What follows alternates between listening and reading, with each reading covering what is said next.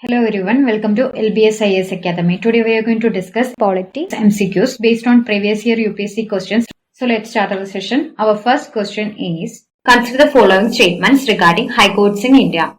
Options are, there are 18 high courts in the country. That is incorrect.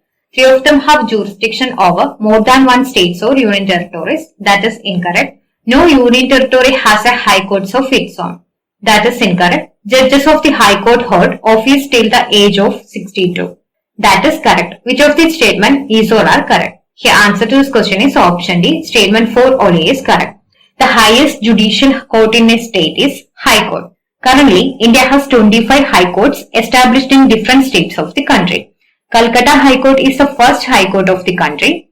Bombay, Kolkata, Madras, Guwahati, Kerala, Punjab and Haryana, Jammu and Kashmir and Ladakh. These high courts share more than one jurisdiction.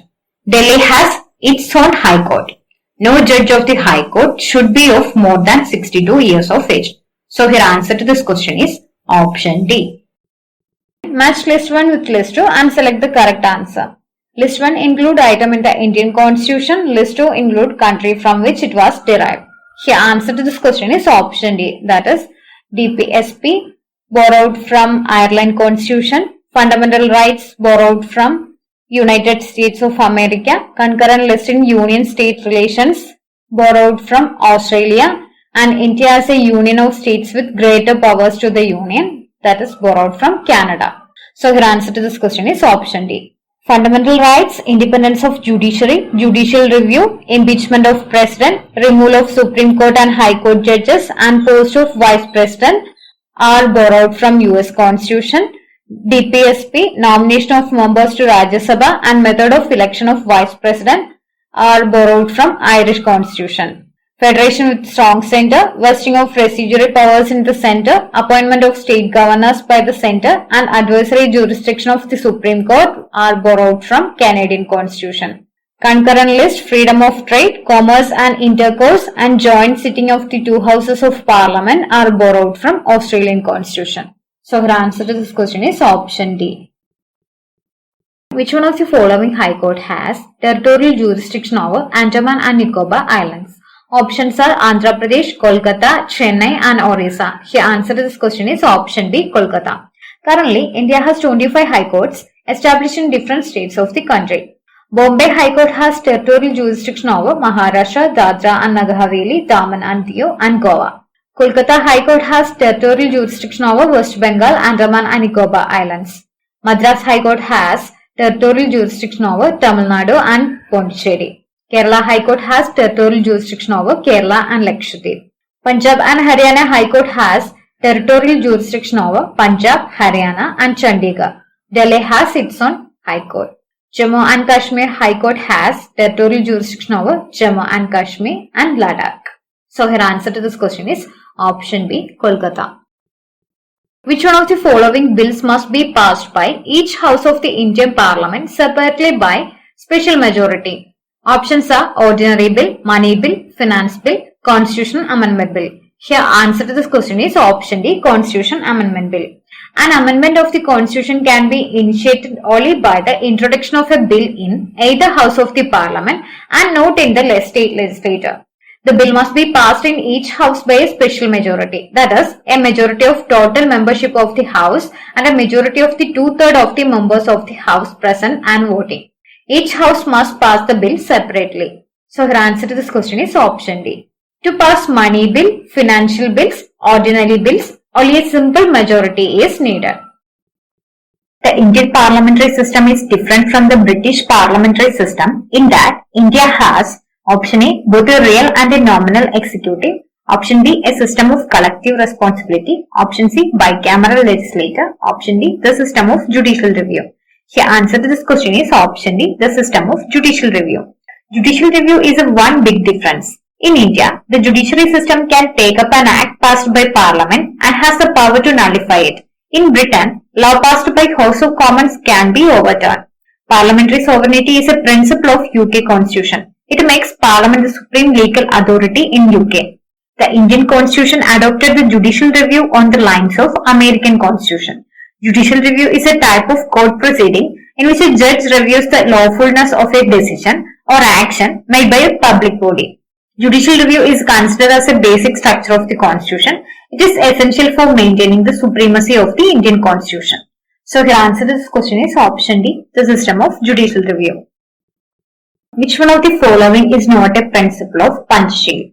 Options are non-alignment, peaceful coexistence, mutual respect for each other's territorial integrity and sovereignty, mutual non-interference in each other's internal affairs. The answer to this question is option A, non-alignment. India's non-alignment policy was based on the idea that a country should be free to have its own foreign policy, which should not be based on the dictates of any other country. The Panchsheel Agreement, otherwise known as the 5 Principles of Coexistence, are a set of principles to govern relations between states. They were first codified during an agreement between India and China in 1954. Panchsheel principles are mutual respect for each other's territorial integrity and sovereignty, mutual non-aggression, mutual non-interference in internal affairs, equality and mutual benefit, peaceful coexistence. So here answer to this question is option A.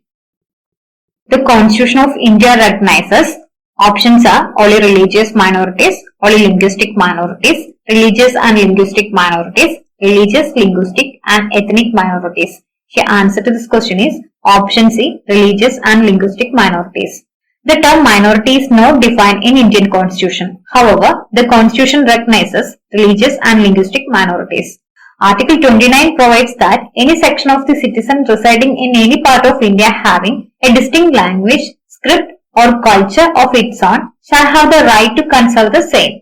It grants protection of both religious minorities as well as linguistic minorities. However, the Supreme Court held that the scope of this article is not necessarily restricted to minorities only, as use of the word section of citizen in the article includes minorities as well as the majority.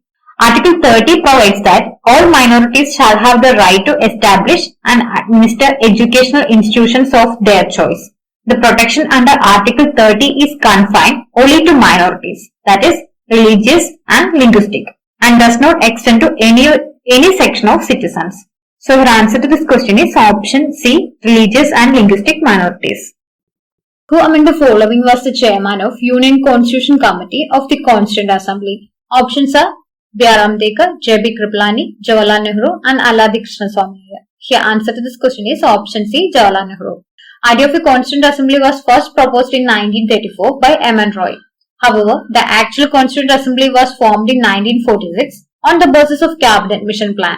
Chairmen of different committees of Constituent Assembly were Drafting Committee presided by Dr. B.R. Ambedkar, Union Constitution Committee, Union Powers Committee and States Committee presided by Jawaharlal Nehru, Steering Committee and Rules of Procedure Committee presided by Dr. Rajendra Prasad, Provincial Constitution Committee or Advisory Committee on Fundamental Rights, Minorities and Tribal and Excluded Areas presided by Sardar Vallabhbhai Patel. So the answer to this question is option C, Jawaharlal Nehru. Consider the following statements. The Parliament cannot enlarge the jurisdiction of Supreme Court of India as its jurisdiction is limited to that conferred by the Constitution. That is incorrect. Statement number 2. The officers and servants of Supreme Court and High Courts are appointed by the concerned Chief Justice and the administrative expenses are charged on consolidated fund. That is correct. Which of the statement given above is or are correct? The answer to this question is option B. Statement 2 only is correct. The statement 1 is not correct, as according to Article 138 of the Constitution, Parliament can enlarge its jurisdiction and powers of the Supreme Court with respect to any of the matters in the Union list. Whereas, Supreme Court jurisdiction with respect to any other matter can be enlarged by a special agreement between Government of India and Government of the concerned state if Parliament by law provides for the exercise of such jurisdiction and powers by the Supreme Court. So here answer to this question is option B. Statement 2 only is correct. Article 146 says appointments of officers and servants of Supreme Court shall be made by Chief Justice of India. And administrative expense of the Supreme Court in respect of officers and servants of the court shall be charged upon Consolidated Fund of India. Article 229 says appointments of officers and servants of High Court shall be made by Chief Justice of High Court or such judge or officers of the court as he may direct. and the administrative expense of High Court in respect of the officers and servants of the court shall be charged upon consolidated fund of the state.